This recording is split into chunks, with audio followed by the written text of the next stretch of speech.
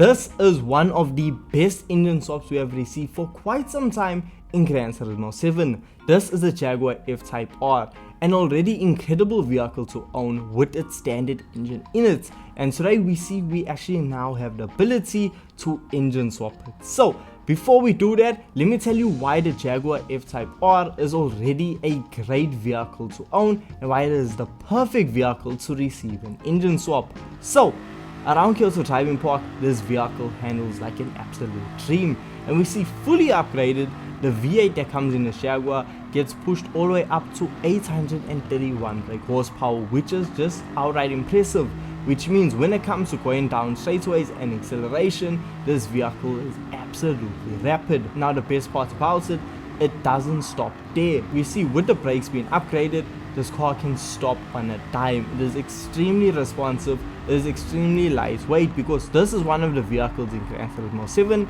that can receive stage 5 weight reduction, bringing the weight to just over 1200 kgs. So it is extremely lightweight, it has decent power, but when it goes through corners, it is an absolute dream. Thanks to the downforce that the vehicle produces, it keeps the vehicle planted, you know what it's doing, and it is so easy to drive. And this is also a reason why it is a great vehicle to use for an engine swap, especially a high powered engine swap like the one we have available for it now, because the engine swap we can put into this car is coming out of the Jaguar XJR9. Yes, we are putting the engine from the famous Le Mans racer into this Jaguar F-Type to really just take the Jaguar to a new level, kind of. So this engine, it is gonna cost you a pretty penny. Reason being, it's such a legendary engine, but regardless, it will be well worth it and you will make your money back.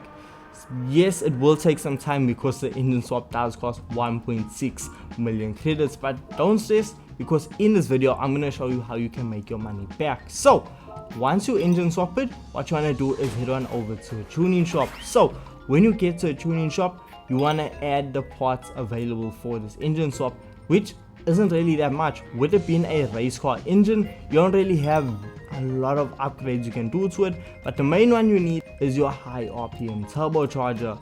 With this turbocharger, you will be seeing almost 1000 horsepower from this Jaguar, and keep in mind it's still going to be extremely lightweight. So we have about just over 100 horsepower more than the standard Jaguar engine. So the question is it really worth it putting in this engine swap? Yes it is. The reason being is, with it being a race car engine, it completely transforms the way the vehicle consumes fuel. With it being a Group 1 engine, the car will be extremely light on fuel. Like when I say, it will go from guzzling the fuel to sipping the fuel, and we see that as a clear example because before I engine swapped it, I took the Jaguar around the WTC 800 around Sardinia to just do a single lap and to see what the fuel consumption was like. At the end of the first lap, we only have 69% of fuel remaining, with 2.3 laps of fuel that can be still used. So we don't really have that much length, and this is with us being on fuel map level 6. Now with the Jaguar XJR9 engine swapped into it, we see a completely different result, because now instead of having 69% of fuel remaining, well, we see we are left with 86% of fuel remaining, and our fuel range went all the way up from 2.3 laps remaining to 6.9 laps remaining. That just goes to show you how much more efficient this engine swap actually is. And when I tell you I just carried on with this event, with the Jaguar being fully upgraded, it is under 800 performance points. So yes, you can run a fully upgraded Jaguar F-Type R with this engine swap in it, and you can just dominate the opponents. I found myself lapping the entire grid. I had to fill up.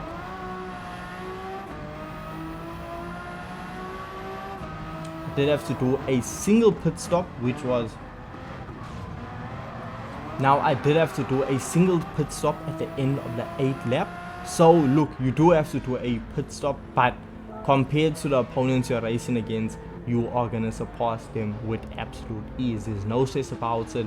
The car has more power, it's lighter, and it has greater fuel consumption. That's why it is an amazing engine swap to have, and it just makes money grinding so easy. And it took me just under 26 minutes to complete this event. So it goes to show you, look, it's not the fastest vehicle to use for this event, but it is still another vehicle you can add to the rotation to just change up the vehicles you use for money grinding. This Jaguar is an amazing vehicle for the WTC 800. But let's say you aren't really a fan of this event, you much prefer Le Mans, you want to do the 30 minutes, the WTC 700. Well, you can do exactly that with this Jaguar. You are gonna have to just detune it slightly and you will be good to go. I saw an initial lap time with my vehicle running on fuel map level 3 of under 4 minutes. I ran a 3 minutes and 57 second lap, which is impressive. Anything faster than a 4 minute 10 second lap, you will have so much leeway ahead of the opponents. Even if you spin out, you crash, you end up in a gravel, regardless, if you are setting lap times around the 4 minute mark or faster, you are going to be lapping the opponents. You are going to have such a massive lead over the opponents.